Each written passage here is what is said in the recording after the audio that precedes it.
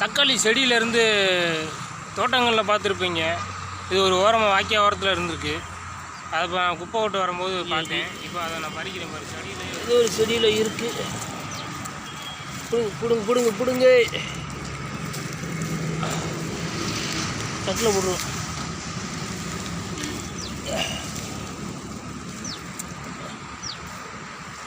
வீட்டு வேறு கிடக்கு. இன்னும் இருக்குது பாருங்கோ.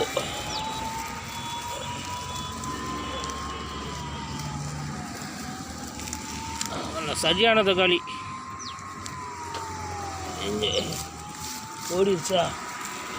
ஓடுனாலும் விட மாட்டேன்.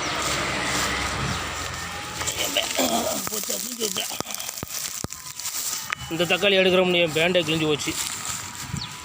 ஒரே இடத்துலையே நாட்டு தக்காளி இருக்குங்க. இது நாட்டு தக்காளி பார்த்தீங்களா? செடியை பார்த்தீங்களா? இது நாட்டு தக்காளி.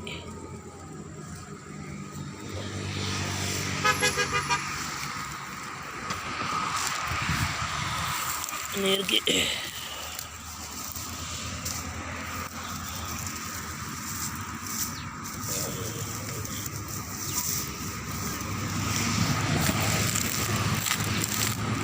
இங்கே பிடுங்கினது இந்த தக்காளி தான் பார்த்தீங்கன்னா 1 கிலோ வரும். பட் இப்போ விலை கம்மி தான்.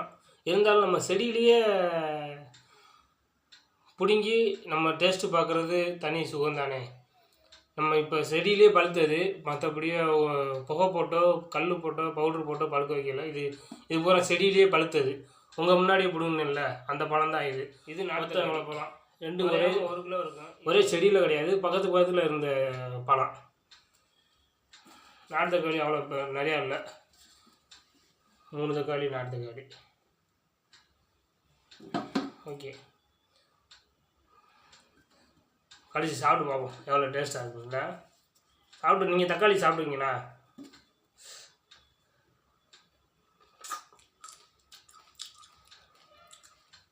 செம்மையாக இருக்குது.